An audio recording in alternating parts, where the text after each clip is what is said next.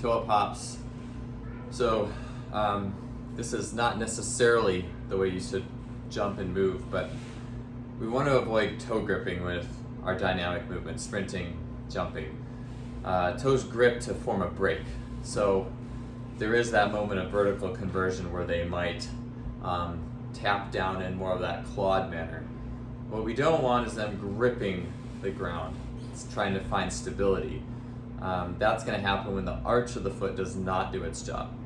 Okay, so we want arch. If you think of the hand as the foot, we want this part to be fully loaded, the arch area. We want to tend to just take the toes out, at least in practice and theory, because that gives us more function and sensation and emphasis on what's happening here, because that's the foundation. Toes are not strong.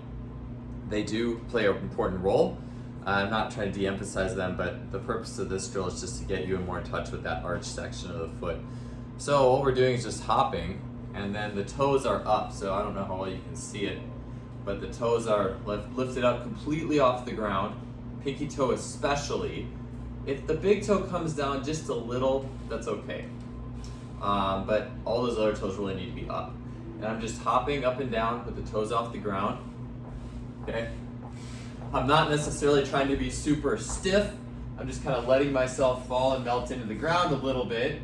And there's different degrees of this. You can be a little stiffer, you can really melt in. The key is just the pinky toes up, and I'm keeping those toes off the ground. Just hopping in place. Noticing how my arches are acting and reacting. My big toe is tapping, and that's fine. But I'm just trying to keep those other toes off for the purpose of this drill. And a lot of times I'm going to stack this drill in with like more explosive things like a depth jump, an actual jump, even bounding, or various drills that you can feel a more arch-centric like emphasis in those activities. Again, the toes touching down and coming out, especially the big toe. The big toe does need to come down when we're actually moving, bounding, whatever, because you roll off it, you have to, but it's the other toes gripping that we're really watching and trying to avoid happening in this drill.